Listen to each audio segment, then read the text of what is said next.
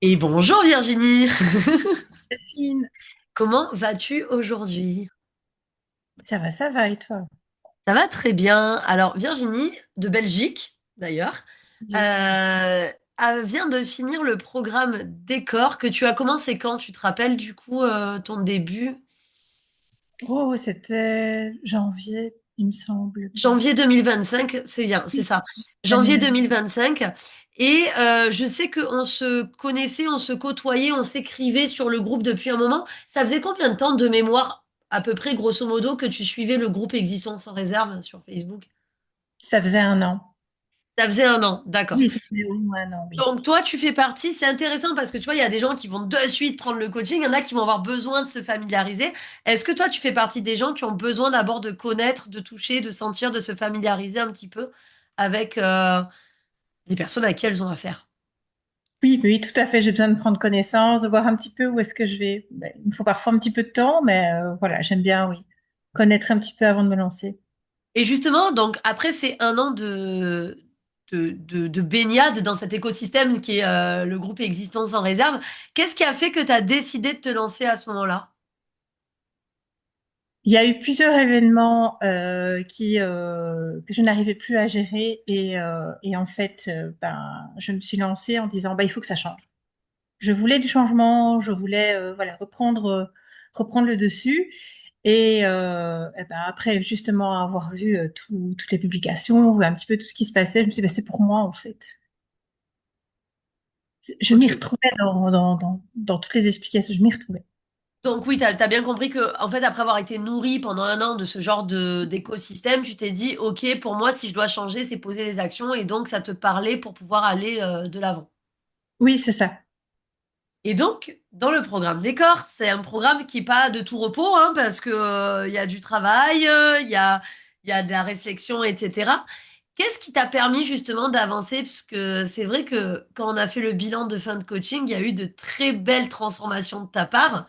Même moi, je t'avais dit au niveau de la posture, j'ai dit, mais tu te tiens plus, Oui. plus d'aplomb, plus droite, etc. Qu'est-ce que ça t'a apporté pendant ces 4 mois d'accompagnement? Oh, énormément parce que je pense que vraiment enfin, le programme, les exercices, ça me faisait énormément réfléchir. Et à chaque fois que j'avais un blocage ou quoi, à chaque fois il y avait le coaching, soit collectif, soit individuel, qui vraiment me débloquait systématiquement et me permettait vraiment d'avancer dans le programme et d'avancer aussi sur moi-même, sur mes réflexions. Et donc voilà, c'est vraiment à chaque fois j'ai retrouvé des éléments de réponse qui m'ont fait avancer. On me les a pas donnés, j'ai réfléchi, j'ai travaillé et c'est ça qui fait qu'on avance. C'est ça qui Et fait que j'ai avancé. ça, et puis dans tous les cas, le cerveau imprime comme ça. C'est quand ça vient de toi que ça reste dans la tête. Si quelqu'un d'autre te le dit sur le moment, tu vas comprendre, mais après, ça va pas être pérenne. Oui, Alors, c'est ça. c'est intéressant que tu parles du collectif parce que parfois, ça peut bloquer certaines personnes, notamment ceux qui sont plutôt introvertis, voire associables. En quoi le collectif, même si tu n'étais pas là à tous les collectifs, mais je sais que tu regardais les replays, en quoi le collectif peut avoir de la puissance, justement? Si tu devais convaincre quelqu'un, on va dire, quelqu'un qui te dit, oh non, Virginie, moi, le collectif, jamais j'oserais, etc., en quoi tu pourras lui dire, tiens, mais le collectif, ça a telle et telle puissance? Ah ben déjà, le fait qu'on est tous ensemble, euh, je, je vais me permettre de dire un peu dans la même galère. Et en fait, il y a une énergie qui se dégage. Même si on est là par ordinateur ou bien par exemple quand je vois en replay, il y a quand même une forte énergie qui se dégage. Il y a une espèce de solidarité qui se fait sans vraiment que chacun en prenne conscience. Et ça permet vraiment d'avoir parfois des petits mots, des petits moments, des expériences aussi qui permettent de réfléchir sur notre position, sur ce qu'on est en train de vivre et de dire, ah ben oui, c'est vrai, j'avais pas pensé à ça ou à ça. Il y a vraiment, ouais, il y a quelque chose quand même qui se passe par rapport au coaching collectif. Et donc, du coup, moi, j'invite vraiment tout le monde à, même s'ils savent pas y être, bon, moi, c'était pour des raisons logistiques, je vais dire. Le planning. Mais oui, c'est de quand même de vraiment essayer de voir les replays et ça fait un bien fou, en fait. Ça fait un bien fou. Et il y avait une autre cliente comme toi qui travaillait jusqu'à 22 heures tous les mardis et qui voyait, par contre, elle s'était mis comme routine fixe. Je regarde tous les replays le dimanche matin avec le café, c'est un replay d'1 heure. Et bien, elle a progressé et elle m'a dit, c'est fou parce que même en replay, les coachings collectifs, effectivement, ce qui est décrit, c'est ce que tu dis, ça fait faire un 360 degrés à ton mode de réflexion parce que tu te dis, ah oui, je voyais pas les choses comme lui, mais maintenant que lui le dit, effectivement, et ça permet d'avancer. Ah oui, tout à fait. Ça permet d'avancer. Alors, par rapport à la Virginie d'avant, est-ce qu'on se fait un petit avant-après? Juste avant j'étais et maintenant je remarque que. Qu'est-ce que. Allez, sors-moi trois petits trucs. On va pas faire toute la liste, mais trois petits trucs qui sont assez flagrants dans le avant-après. Ah déjà, j'en ai déjà deux qui sont franchement très très en parallèle, je vais dire.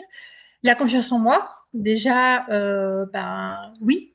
Et c'est grâce à cette confiance en moi que le deuxième point, je sais où je vais. J'arrive à plus prendre de décisions et à me dire, je sais où je vais, j'ai des objectifs, je sais fixer mes objectifs. Je crois que ça, c'est quelque chose qui est très, très important, savoir fixer ses objectifs et comment les atteindre. Ça, je savais pas faire. Je n'y arrivais pas. Donc du Donc, coup, si on ne s'est pas fixé un point, on ne peut pas l'atteindre. c'est ça. Et là, j'arrive à le faire et c'est vraiment combiné avec la confiance, quoi. De me dire, bah oui, je peux. Et j'ai les outils qui me permettent d'y arriver. Parce que même si à un moment donné, il y a une petite baisse ou quoi, bah, c'est pas grave, il suffit de se replonger dans les exercices. Bah oui, il y a ça, il y a ça, il y a ça, et hop, on est reparti. C'est ça, et c'est ça. Et en fait, c'est ce que je disais, parce que tu as toujours le doute sur moi, ça va pas marcher. On me l'a toujours sorti, cette phrase.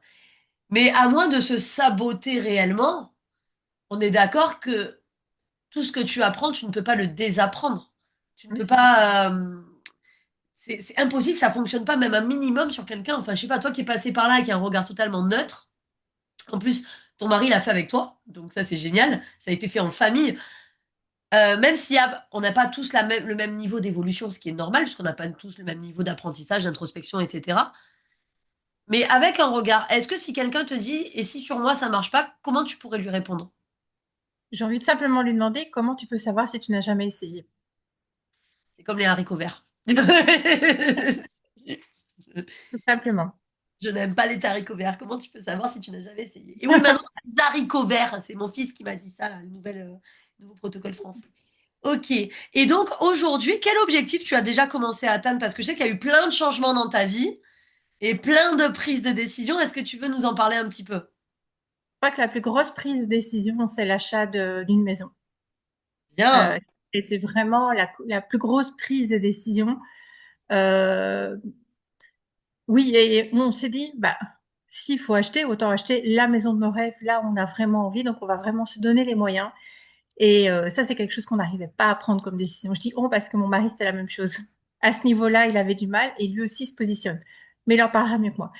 Alors l'autre, Donc, vous pourrez inviter Coolest Coaching à la crémaillère. En Belgique, on est prêt, hein, on vient. Hein. une autre grosse prise de décision, c'est au niveau professionnel. Oui. Là, vraiment, je sais où je vais. Je suis à fond. J'en ai déjà parlé justement avec mon professeur qui m'aide dans aller dans cette transformation professionnelle. Et voilà, on sait où on va, je sais où je vais, et voilà. Et puis, bah, j'ai quand même d'autres plans professionnels où j'étais en doute. Est-ce que je fais pas? Je dis, allez, je fais. Et donc voilà, maintenant, je s'occupe à mettre plein de choses en place au niveau professionnel. Oui, voilà, vraiment, ça, c'est les deux domaines où ouais, il y a eu des grosses prises de décision et surtout un affermissement. Vraiment, on se dit, ah, s'affirmer, m'affirmer. Oui, oui, t'y y es, t'y restes, quoi. Il n'y avait pas plus de doute. C'est très bien. Fini, on ne change plus. Donc, c'est quoi la suite des événements maintenant? La nouvelle Virginie, qu'est-ce qu'elle va faire? Elle va foncer. Elle va foncer, c'est top. Quel serait le mot d'encouragement que tu pourrais dire à quelqu'un qui regarde la vidéo et qui hésite encore? Sans parler du prix, c'est vrai qu'il y en a qui hésitent aussi par rapport à l'investissement. C'est un investissement. Mais la question est, est-ce que le voyage en vaut la chandelle? Alors moi je dirais tout à fait, ça en vaut la chandelle, clairement. Parce que moi c'est vrai qu'ici j'ai mis l'accent sur un côté plus professionnel, mais moi je le vois justement avec mon mari au niveau personnel. Euh, pour moi, l'investissement est même moindre par rapport à ce que enfin l'investissement financier est moindre par rapport Au à ce résultat. que oui, à ce qu'on arrive à faire avec la méthode. Enfin, pour moi, j'avoue que j'ai eu des moments de doute, mais enfin, ça fonctionne. C'est un changement de vie qui fait qu'en final, on peut, je sais pas comment dire, je sais pas vraiment comment dire, mais on en récupère tellement de choses positives, on en récupère tellement que si c'est juste une histoire de finances, ben, en ayant justement tous les outils en main pour pouvoir s'améliorer dans sa vie, ben, on va récupérer aussi financièrement, puisqu'on aura plus confiance. Ben, moi, c'est comme ça que je le vois, plus confiance en soi, donc professionnellement aussi, donc meilleur travail, et donc du coup, on sait où on va, et donc du coup, on a les bénéfices aussi financiers. Ben, Si c'est exactement. voilà, voilà. Exactement. Et j'avais même eu un client qui était retraité. Donc, par définition, Ah, eh ben, en retraite, il avait réussi à récupérer au niveau finance sur sa roue de la vie, les finances qui avaient grossi. Parce qu'on fait faire une roue de la vie au client, c'est-à-dire qu'on prend les 8 domaines de vie. Et dans les domaines de vie, il y a les finances. Et en fait, vous dessinez une roue pour voir si votre roue tourne ou si, suivant les points que vous mettez à votre roue, elle tourne pas. La plupart, en général, c'est des roues Pac-Man, c'est des roues qui sont pas prêtes à être mises sur une voiture pour la réparer, hein, ça ne tourne pas. Et lui, il avait les finances dans les chaussettes. Et ce qui est marrant, c'est qu'après le programme, il a eu l'augmentation de finances. Pourtant, j'ai dit, mais t'as pas recommencé à travailler? Il m'a dit non. Mais je gère mieux mon argent parce que j'ai plus peur d'être seule. Donc, je sors pas à tire-larigot en claquant du fric dans des trucs qui ne sont inutiles. Je prends plus de voyages, mais c'est mieux, tu sais, mieux penser, etc. Et en fait, tout avait changé. Donc, effectivement, le retour sur investissement n'est pas palpable dès le début, puisqu'en général, les gens aiment bien acheter un iPhone pour l'avoir dans les mains. Oh, il est beau, il est brille, il a plein de fonctionnalités, même si je l'ai payé 1 300 euros, c'est cher. Mais c'est un téléphone. Voilà. C'est ça à peu près les prix de iPhone, je crois, hein. Je sais pas, j'ai pas de iPhone, mais je pense que les prix de iPhone, c'est ça. Et les gens ne se rendent pas compte. Et ce que tu viens de dire, c'est que c'est important, c'est que tout a un effet boule de neige. oui, tout à fait. Tout a Ah, un tout à effet fait. boule de neige. Et donc, ton mari s'en, ben, je l'ai hâte de l'interviewer aussi, comme ça on mettra vos deux interviews côte à côte. Oui. Ah oui, oui, il faudra, ouais, oui, il faudra prévoir. Ça peut être super de pouvoir voir ça, ouais, l'évolution. Au C'est top, intéressant. au top. Le mot de la fin, Virginie, qu'est-ce que tu dirais? Il faut savoir saisir, faut savoir saisir sa chance. Il n'y a pas de moment. Tous les moments sont bons et vive la vie. Parfait. Merci Virginie pour ta présence et ton sourire. Merci beaucoup. Bye bye. Bye bye.